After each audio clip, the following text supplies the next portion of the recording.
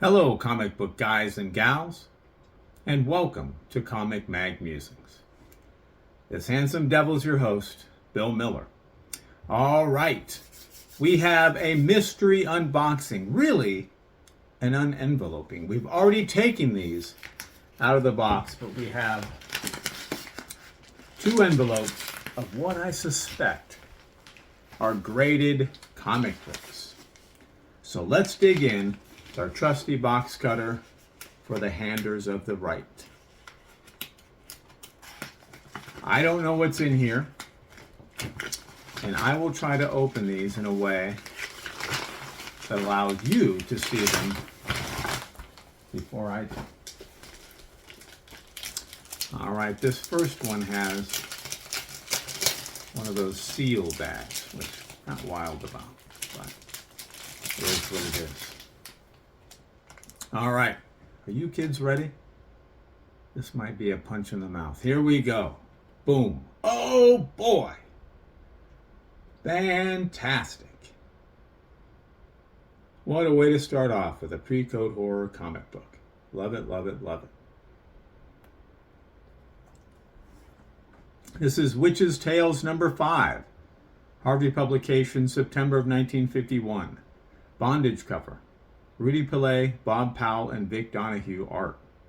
This is a CGC 4.5 with cream to off-white pages.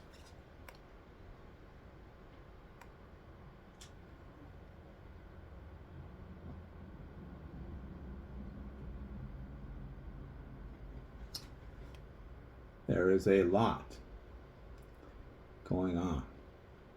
So those are what? Those are stocks in the bottom. And in the middle, he's in pillories, right? That's a pillory. And then I guess shackles on the right there. The witches all around. And on the back, they dare us to read an issue of Chamber of Chills. Now on sale.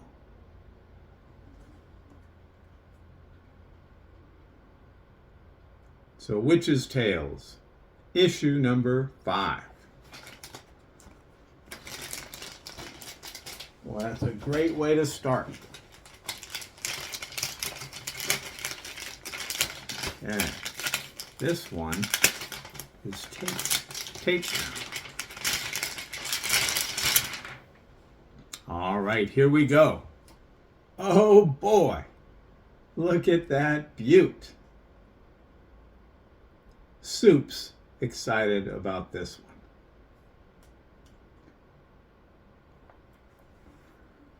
Just love it. Thing number 6, Charlton Comics, January of 1953. 4 center wraps missing, effects story, incomplete. Bob Forgione cover and art, Dick Giordano and Art Capello art. And this is a CGC 0.5 with off-white pages.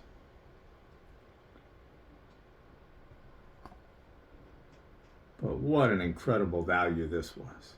It's in a holder, so I'm not going to read it. And the image is just fantastic. So to me, it was a no-brainer to grab this 0.5 incomplete copy because it presents outstanding.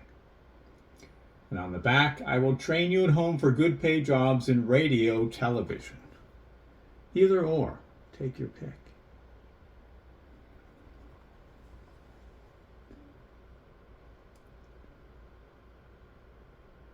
Just love it.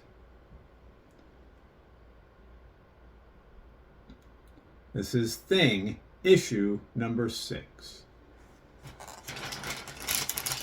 But even if you wanted to crack it out, you couldn't read it, you say. Not true. Nearly all of these are available to read digitally at digitalcomicmuseum.com. Public domain, and they're all vetted before they're put on the site, so you can read them all legally. All right, here's our next one. You ready for this? Boom. Oh boy! Check that out. We've been wanting this one for a while. Just love it, love it, love it, love it. Of course, we do collect Submariner. This is Submariner number 5, Marvel Comics, September of 1968. Origin and first appearance of Tiger Shark. Todd Arliss. First appearance of Diane Arliss and Dr. Dorcas. Roy Thomas story, John Buscema and Frank Giacoia cover and art. And this is a CGC 9.2 with white pages.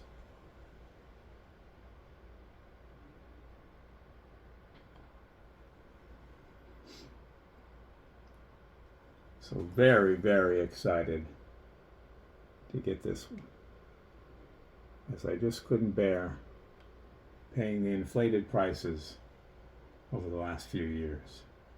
And so I patiently waited for the right copy to come along at the right price. And on the back, we're slinging Christmas cards. If you need extra money, I always do. If you know 10 people, I know 2. And you can sell Christmas cards. So Submariner, issue number 5. All right. Our last envelope.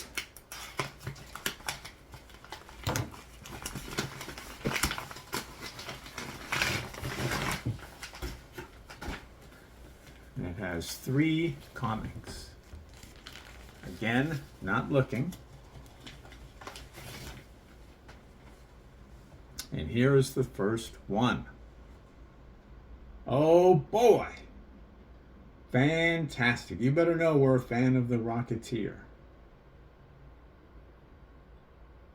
Soup's excited about this one. This is Star Slayer number 2, Pacific Comics, April of 1982. Origin and first full appearance of The Rocketeer by Dave Stevens. Pinup by Dave Stevens on back cover. Mike Grell and Dave Stevens, stories and art, Mike Grell cover. This is a CGC 9.6 with white pages.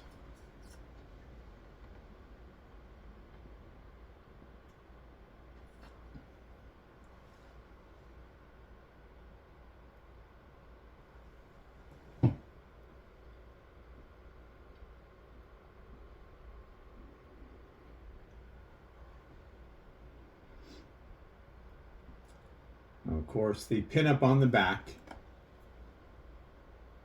by Dave Stevens.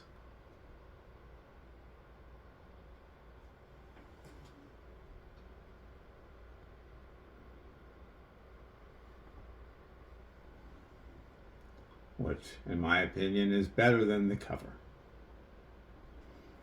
So, Star Slayer issue number 2. All right. Next one. And here we go. Oh boy. Got ourselves another PCH comic. Fantastic.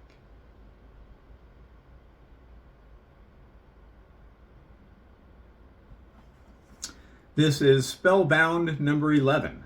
Atlas Comics, January of 1953. Decapitation panel. Stanley's story, Saul Brodsky cover. Tony DiPretta, Sid Green, Ed Goldfarb, Ben Benulus, and Art Petty art. This is a CGC 4.0 with slightly brittle pages. I generally don't like brittle, but I won't be handling it, and the price was too good to pass up.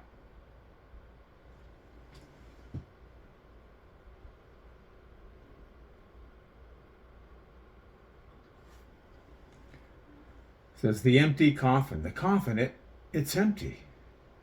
And then from behind the coffin you hear, but not for long. The Madman, Never Trust a Woman, and the Hypnotist. And on the back says, given, boys, girls, ladies, men, we give you cash or premiums.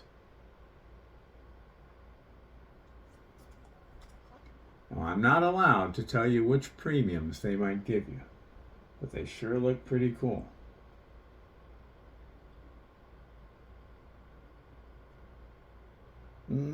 It's tempting. It's tempting. The comic's moving. It's forcing me to read the back. All right, I'll tell you just a few. The comic cannot be denied. We've got a beautiful radio. We've got a bicycle, looks like a Schwinn. A little baby doll, the red with a cow moo patterned dress and hat, and a red little bow tie around her neck. We've got what looks to be a crock pot or a pressure cooker, an instant camera, a stopwatch, and a football. Just to name a few. That's all I can do. I can't tell you anymore. Mrs. Musings gets upset when I do so. All right, so Spellbound issue number 11. All right, now we have our last one. The last comic. And here it is. Oh boy. We got some Bronze Age goodness in there. Absolutely love it. We certainly do collect Cole. This is Cole the Destroyer number 27. Marvel Comics, June of 1978. Don Glutt story, Ernie Chan and Rudy Nebris cover and art. This is a CGC 9.6 with white pages.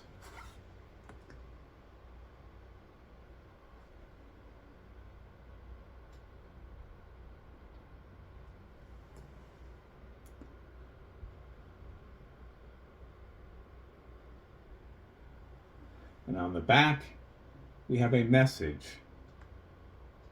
from the Cincinnati Reds, Johnny Bench. So Cole the Destroyer, issue number 27. And that will do it for the unenveloping that we have for today. I hope you enjoyed seeing it. And if you did, I would encourage you to subscribe and hit that notification bell. That way you're alerted as soon as I release new red hot content. Thumbs up and comments are always appreciated. Remember, we're taking over the world one comic book at a time.